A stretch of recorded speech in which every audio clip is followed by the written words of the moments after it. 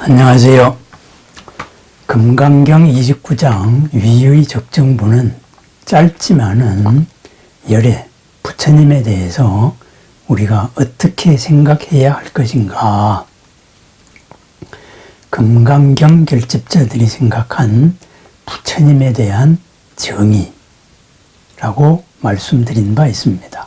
그래서 열애는 행주자와 오거나 가거나 그리고 거닐거나 머무르거나 앉거나 눕거나 하는 인연지어진 조건 속에 갇혀 있으신 분이 아니다, 그거죠. 그래서 열애라는 것은 무소종래 영무소거, 쫓아온 바도 없고 그리고 간 바도 없다, 이렇게 말했고, 또 도무소거 무소종래, 도무소거, 도무지 어느 곳으로서부터도 온 바가 없다. 그리고 무소종래, 소종, 쫓아온 바도 없다. 무엇을 위하여서 나타난 존재도 아니다. 그죠? 오지도 않고 가지도 않은 존재다. 영원히 이 자리에 있는 존재다, 그랬습니다. 그래서 그러한 말미에 제가 부대사의 시를 잠깐 소개해 드렸는데요. 부처님과 같이 살아나가는 이러한 부대사의 시, 이 시를 다시 한번 음미해 보기 위해 가지고 이 순서를 가졌습니다. 참고로 우리가 부대사 그러면은 부대사에 대해서 조금 제가 언급을 하겠습니다. 우리가 요즘에 역사를 잘 안 배우다가 보니까 중국의 남북조 시대다 그러면은 언제인지 헷갈립니다. 그래서 전부 서력기원으로 이야기를 해야 됩니다. 수나라에 의해 가지고 통일되기 이전까지 한 300여 년간을 남북조 시대라고 말합니다. 그때에 불교가 북방을 중심으로 해가지고 내려오면서 온 중국에 꽃피웠습니다. 그래서 부대사, 이분은 남쪽의 양나라 사람인데요. 양나라 사람인데 서력기원으로 따지면은 500년대에 활동한 사람입니다. 사전을 보면은 497년에서 569년까지 살았다, 이렇게 되어 있습니다. 그리고 이분이 이제 서력기원으로 534년에 양나라의 무제를 교화했습니다. 가마를 시켜서 이분이 이제 쌍림대사 이렇게도 말하고, 또 하나는 선해대사 이렇게 말합니다. 이분은 그래서 성이 부시기 때문에 부대사라고 말합니다. 원래 이름은 부흡입니다. 대사, 큰 선비다 이거죠. 이분은 이분이 있을 때에는 선종이 있을 때가 아닙니다. 달마가 중국에 온 것하고 시기적으로는 겹치지만은 달마가 선을 본격적으로 편거하고 이분 활동하고는 큰 상관이 없습니다. 그런데 이 부흡, 부대사의 어록들을 보면은 역대 어느 선시들보다도 가장 압축적이고 가장 선의 진수를 나타냅니다. 불법의 진수를 나타내고 있으면서 중국적인 이 선의 진수를 나타내고 있습니다. 부대사 스스로는 선이라는 말은 입도 꺼낸 적이 없습니다. 그것은 뭐하고 같으냐? 우리나라의 한국 불교다 그러면은 우리는 한국 불교의 모든 이론적인 틀을, 전체적인 통불교적인 틀을 원효대사에서 잡습니다. 그렇습니다. 원효대사 시절에 선종이 있었나요? 없었지요. 그죠? 원효는 선종이라는 건 몰랐습니다. 마찬가지입니다. 부대사 또한 마찬가지입니다. 선종은 당나라 말 후대에 났고, 요즘 우리가 말하는 간화선이다 하는 것은 서력기원으로 1000년대에 송나라가 남쪽으로 쫓겨갔을 때 남송의 대해종고, 이분이 간화선을 강력히 주장을 했습니다. 그래서 역대 조사, 부처님을 대신해서 중국의 조사로 바꾼 거지요. 그렇게 해서 당나라 말, 그리고 송나라 초기의 중국 스님들이 어록을 가지고 이것이 바로 불법의 에센스다 해가지고 불교가 아니라 조교를 창립을 했죠. 그래서 그분들의 일거수일투족을 가지고 의심을 하고 거기서 깨닫자 이렇게 말한 것이 대해종고의 간화선입니다. 그래서 화두를 본다 그래서 간화선이죠. 원래 간화선이라는 용어 자체도 상당히 비아냥거리는 이름입니다. 니들은 화두만 보고 있냐 해서 간화선입니다. 그러니까 간화선에서는 니들은 그냥 멍청하게 앉아만 있냐 해서 묵조선입니다. 이런 식으로 어쨌든 그랬습니다. 그래서 대해종고는 금나라 와도 북방에서 쫓겨서 남쪽으로 와서 금나라 와도 차라리 죽을지언정 일전을 불사하자 하는 주전론자였습니다. 강력한 민족주의자죠. 그래서 중화민족주의자다 보니까 부처님의 모든 상징을 조사들로 대체한 게 뭐 이해는 갑니다. 그죠? 불교가 무슨 필요가 있냐? 우리 중국 사람이 다 최고다. 뭐 이런 겁니다. 그래서 가나선에 대해서도 뭐 그랬습니다. 저는 제가 원래 수행을 하기도 가나선으로 했습니다. 어렸을 때. 그 당시에는 그거밖에 몰랐기 때문입니다. 그런데 그때에도 제일 궁금했던 게 그거예요. 전부 다 스님들을 만나면은 화두를 하라 그래요. 그러면서 의심을 일으키라 그래요. 물론 그 뜻이 무엇인지는 알고 있습니다. 생각을 멈추기 위한 수단이죠. 그런데 그 화두를 그 송나라나 당나라 말의 스님들이 어록을 가지고 의심을 일으키래요. 무슨 의심이 일어납니까? 억지로 일으키래요. 그러면은 당나라 말이나 송나라 시대의 사람은 의심을 일으키는 어떤 문답을 해도 되고 이 20세기에 온 선불교가 살아있다는 한국에서는 그런 문답을 제시하면 안 됩니까?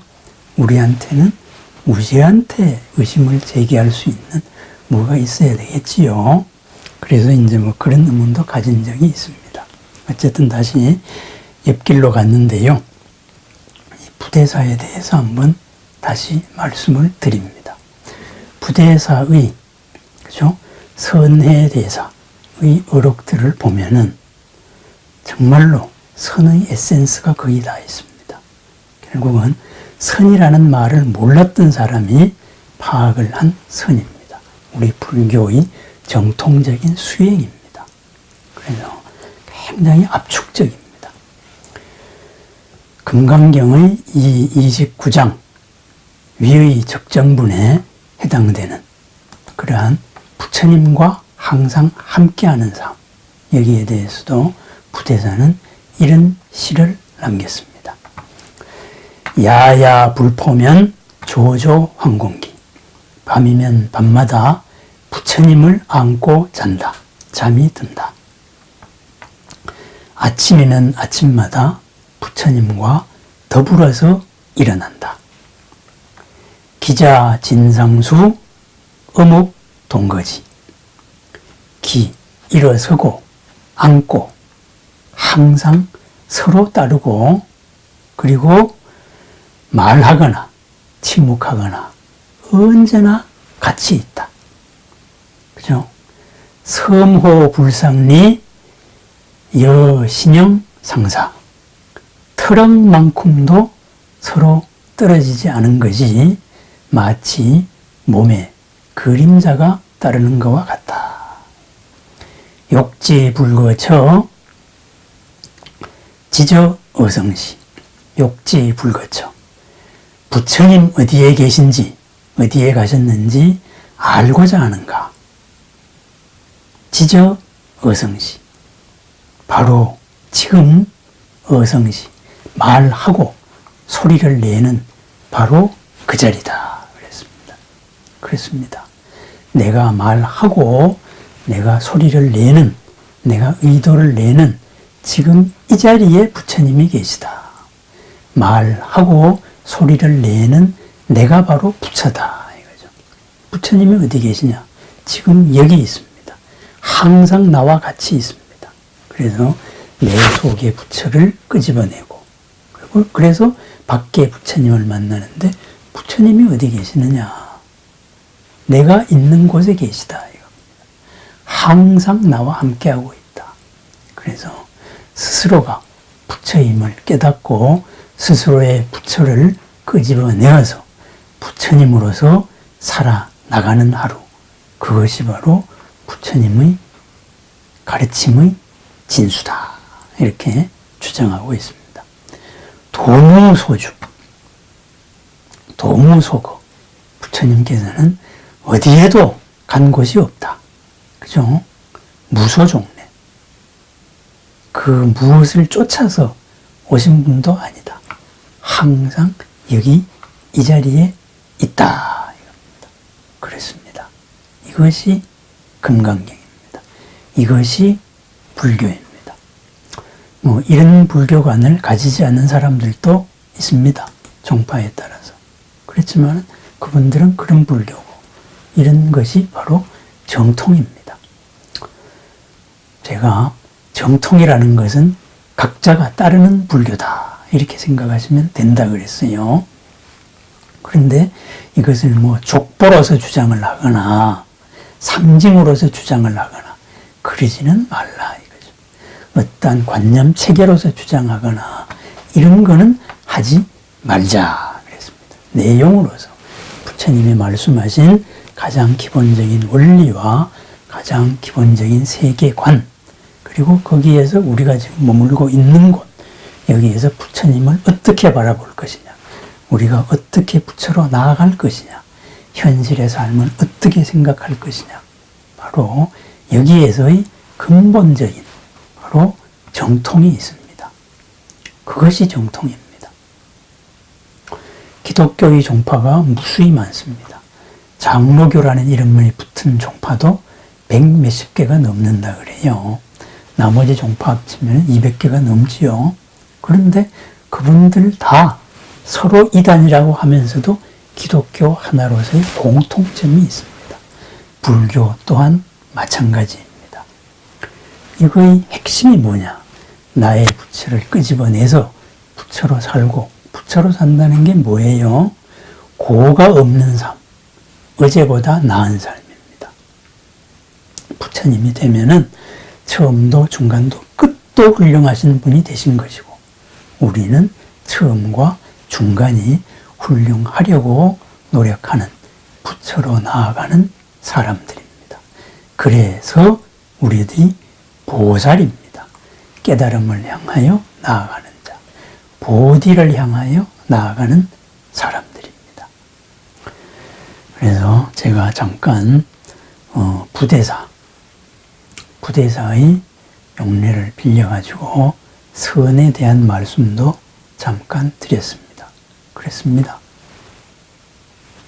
우리가 하루 나아가는 향상의 나날이 중요할 뿐이지 그 상징이나 어떤 그런 것이 방법론이 중요한 게 아닙니다. 자신에게 맞는 방법이 최선입니다.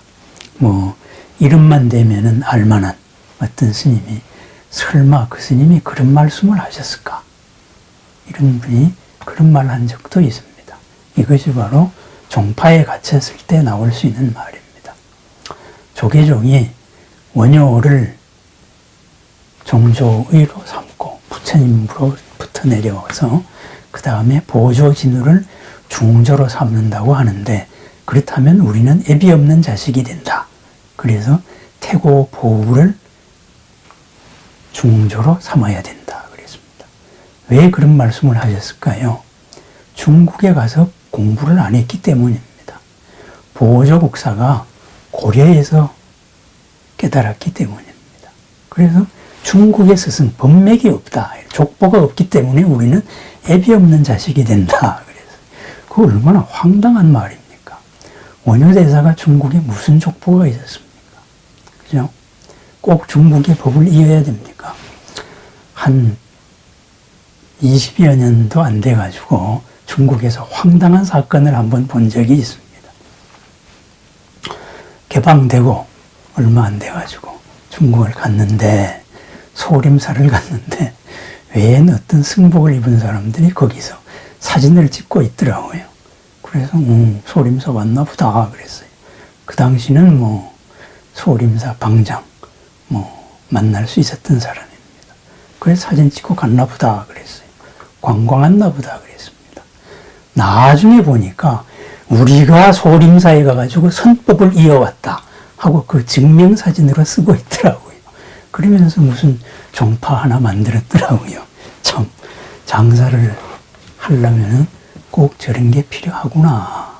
그래서 뭐 어떤 한국의 어떤 종파도 소림사에 가가지고 다시 법맥을 이어온 데가 없다. 우리만 그렇다. 이렇게 말하는 사람들도 있더라고요. 그래서 그런 상징에 속지 말자. 그겁니다. 왜? 부처님이 항상 우리와 함께하고 있기 때문입니다. 어디로 가신 것도 없고, 그죠? 무엇을 쫓아서 오신 것도 아닙니다. 이 자리에 있습니다. 그죠? 내가 말하고, 내가 소리를 내고, 내가 만나는 이 현장에 부처님이 있습니다. 그 부처님을 만나고, 내 부처님을 그 부처님으로 바꾸어 나가는 나날. 그것이 바로 우리들의 삶입니다. 부대사의 시를 한 번 더 음미를 해 보겠습니다. 야야 포불면 밤이면 밤마다 부처님을 안고 잠이 든다. 조조 환공기 아침이면 아침마다 함께 일어난다. 기자 진상수 서나 앉으나 항상 서로 따르는 것이 어묵동거지. 말하거나 침묵하거나 항상 같이 머문다. 섬호불상리 트럭만큼도 서로 떨어지지 않은 것이 여신형상사 마치 몸과 그림자가 따르는 것과 비슷하구나. 욕지 불거쳐 부처님께서 계신 곳을 알고자 하는가?